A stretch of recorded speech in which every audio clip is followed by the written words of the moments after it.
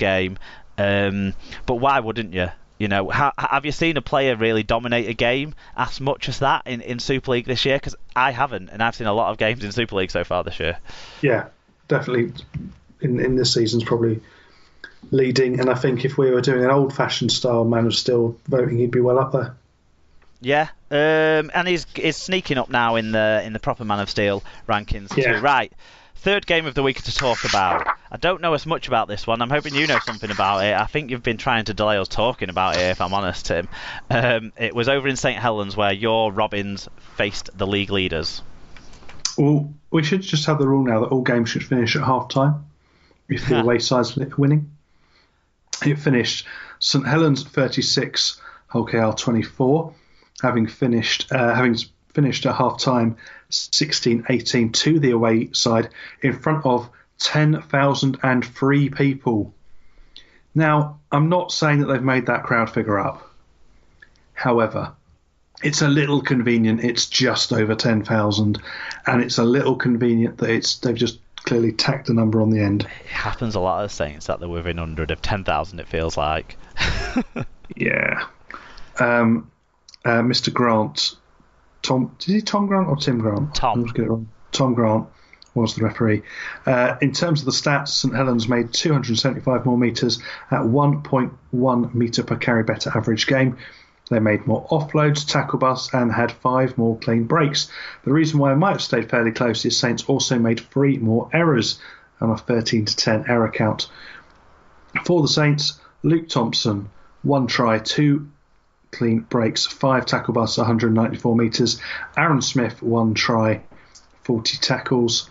Tommy Makinson ran for 119 metres. And the world's best winger, Regan Grace, 1 try, 8 tackle busts, and 111 metres. For the Hull KR side, not much to talk about other than Mitch Garbutt running for 162 metres. Another massive effort from probably player of the year so far, just in terms of sheer effort and bringing everybody else with him. And young Will Oakes, 118 metres.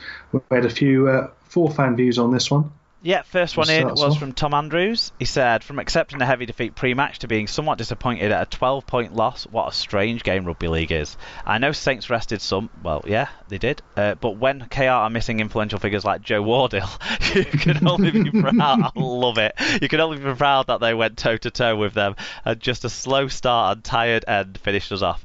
Think like Wigan at Wire a few weeks ago, this could be the game that starts our season going in the right direction. A couple of props back and we should get going again. Hoping we can keep Mitch Garbutt fit as he's becoming one of the signings of the season for anyone. Yeah, he's going to be on that list probably come the end of the year. Bet Leeds wish they had a player like him at the moment. I bet they do. To return fire, we have Paige, who says, well, I have no reason to gloat this week, but whether you lose by 1 point, 10 points or 60 points, a loss is a loss, and you still get no points. Effort can only take you so far. Glad I didn't have to see Tom at the weekend. Don't think I could have handled the smug look on his face. Oh, do you know what? You know how we had one in from Julie Andrews last week? Yeah. Well, Tom's mum is actually called Julia Andrews. Ah. So close. It was close to Tom's mum last week getting in touch. Lee Whitnell. The hills of East Hull are alive. Lee Whitnell said, while Wire were off spanking Hull, I took the advantage of some free tickets at Saints. Holbrook played some fringe players but lost none of their slickness going well ahead early. After Farge went off, KR found their mojo, and through a mixture of Linnett's strong running and a lucky ref's decision and a bit of dropsy, they grabbed the lead, only for Saints, guided by the excellent coup, to finish strongly to grab the win. And the final word on this one goes to St David, who says, had to climb out of a hole. Showed plenty of character to do it. Young lads did okay. Tomo was immense, and Coote, Lomax and Paolo, who's had his best performance in the V, led the team to number 8 onwards. Well, they can't go upwards, can they? They're at the top already. No. So what did you make of this one? Were you proud of your team's efforts? Or do you think against a Saints side that was resting the likes of Walmsley, Percival, Roby and Spare Tyre, maybe you missed an opportunity? I think, opportunity missed. I think certainly where it was at half-time. And I think, again, it comes down to the lack of taking chances. I think, had we been another try ahead in that I think there would have been a bit more confidence, but I think because it was so close, it was only the 2 points in it. I think it didn't quite give them enough to base it on, and then Saints were obviously able to come out fired up and off they went. But I think there was some good performances in there. I think again, and I've spoken about it before, missed tackles in the middle, and it was just, come on, just somebody learn to tackle in that middle portion of the field. Just put them on their arse. It cannot be that hard as we're managing to make it. Another thing that really annoyed me is just, again, the attack didn't look like it was offering much threat. They were all power tries where someone was able to muscle through, or it relied on a shit read from someone. There was nothing that was really created, if you get me. The Saints side. For other than maybe Regan Grace's, because he was given loads of room that even he couldn't mess it up. I'm not buying on that one. This is an amazing boy from Port Talbot. And he's just a beautiful Did you say boy from Port Talbot or boyfriend material? I wasn't quite sure. Boy from Port Talbot. And because you don't say the T's in Port Talbot. Okay. And unless it's the train announcer, Port Talbot Parkway. It's Port Talbot if you know it, if you've actually been there. Anyway, that try they did have to create. It seemed, but I see what you're saying. Like Luke Thompson, just No, I'm talking from a KR point of view. They weren't the tries we scored. Oh, okay. Well, ones where we muscled through. No. The tries we scored maybe in attack. It was just relying on extra strength, which gets you so far, but it's not. It just didn't look like a joined up creative attack. Right. And that worries me. Isn't that going to come when you've not got your main sort of key figure of that attack in place? True, and when we've got Joe Warder back, yeah. He's like he's fast becoming the Carl Ablett, isn't he? Have you what newspaper have you got this week? Have you got League Express or League Weekly? I've got League Express. So have you read the highlight reel moment? It says Regan Grace's bomb try just before half-time was pure blooper reel material before the footwork for his 60-metre charge soon after the break was mesmerising. That encapsulates Regan Grace in one very lengthy sentence. Yeah, on a very fussy background. But yeah, I think there's definitely he's a good player. He's quality. He just needs quality players around him. Oh, he needs to develop consistency as well. But his talent for sure, potential for sure. And another player who's got talent for sure and potential for sure, and who I have a feeling is going to be one of them players that I like a lot and hate that he plays for St Helens, is young Jack Wellesby, who played in the centres this week. I think is probably more thought of as a fullback, but obviously he's taking his chances to get in the side where he's getting in the side. And any relation of Elton Wellesby, do we think? Probably not. Former football commentator. Yeah. The most boring football commentator ever. Who knows? But he scored a try, and do you know what? I've not seen a lot of him, but what I have seen of him, I definitely like. And another one you've got to give a shout out to again is Lachlan Coote, who's proving his worth week in, week out. Yeah, I think he's probably the star man from this game then, is that what you're saying?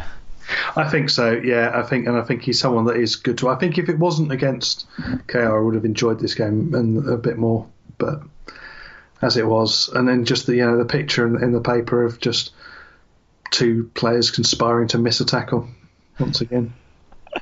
I did wonder how you'd get by on this one. Like, I sort of thought it went the right way for you in a weird way. Like, Saints winning because you kind of expected that to happen, but Regan Grace being the man who scored one of the pivotal tries, which balances it off for you somewhat. Yeah, I mean, it's still there's probably some sort of elaborate metaphor I could think of if it wasn't time it is, but I'm trying to think of sort of an Ian Holloway style metaphor from back in his days as the only one I can think of is he would come up sucking his own thumb if he fell in a barrel of tits. That's the only Ian Holloway line that I could ever think of. Right, there was a whole book released, wasn't there? The Wisdom According to Ollie. There we go. Excellent.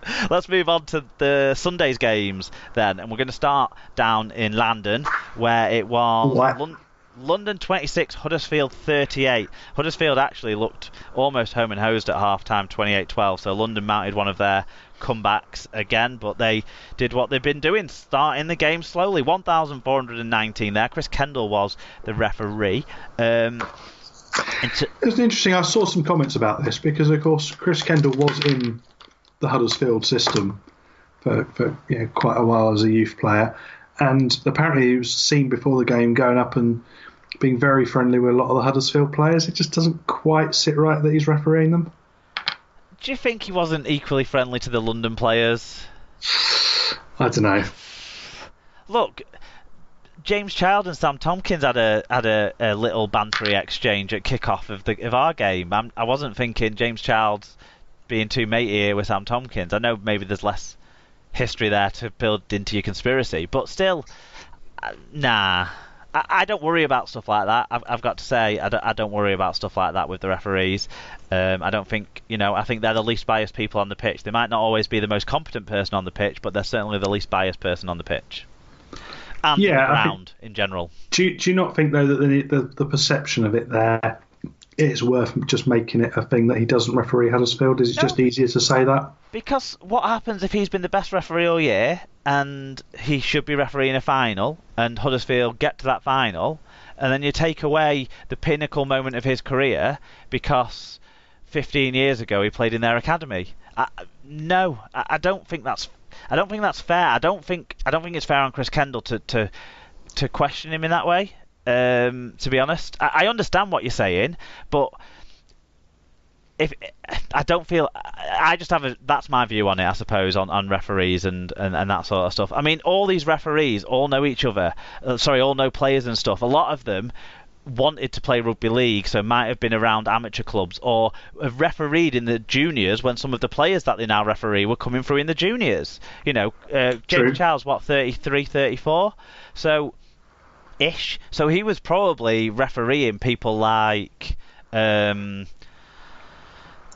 O'Loughlin or I'm trying to think of other 30-odd, Danny Maguire, or I don't know, what have you, when they were coming through. So, look, and there's referees that have had links to some of the community sides. I know Richard Silverwood was coaching at one of the community sides, and you're telling me that then he couldn't referee a team that another ex-player of that club played for. Yeah, I'm not sure if we should be holding Richard Silverwood up for professional standards, but there we go. Fair shout. And I get where you're coming from, and I know lots of people would want to make. I think it's the perception of it. I think if they did that as the rule, it would eliminate that as an argument, wouldn't it? Yeah, I understand what you're saying. I don't agree with it, but I think it's the perception of it that you have to think about and how it looks. Let's move from perception to fact when we get into the stats, because both teams went under 1,000 metres, maybe helped by both making double figures in errors as well. The Giants actually made slightly fewer metres and 2 more errors, and also conceded 3 more penalties, as well as having a worse team tackle success rate.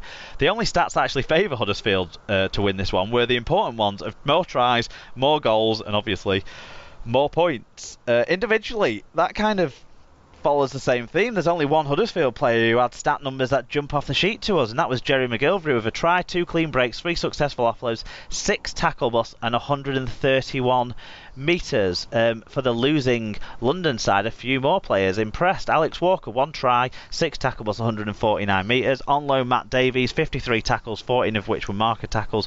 Rhys Williams with a try and 115 metres. I think half of those probably came on that try. Kieran Dixon with 2 tries, 2 clean breaks, 8 tackle busts. 2 fan views on this one. Do you want to give us the first? Yep, starting with Mark W, who says a good effort in the second half from London, but the Giants kept them out, and a solid first half saw us through. A worrying head knock for Darnell was because he hasn't got any proper air to protect him, but his tactically reinforced hair dye saw him up and about for the filet. It looked a bit better this week. It looked like it was starting to rinse out. Paul Chamberlain said, rancid. I haven't seen a performance like that since my wedding night after 4 days on the piss in Vegas. Cas Vegas.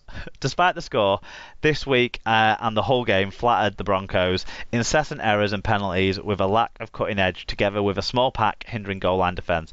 It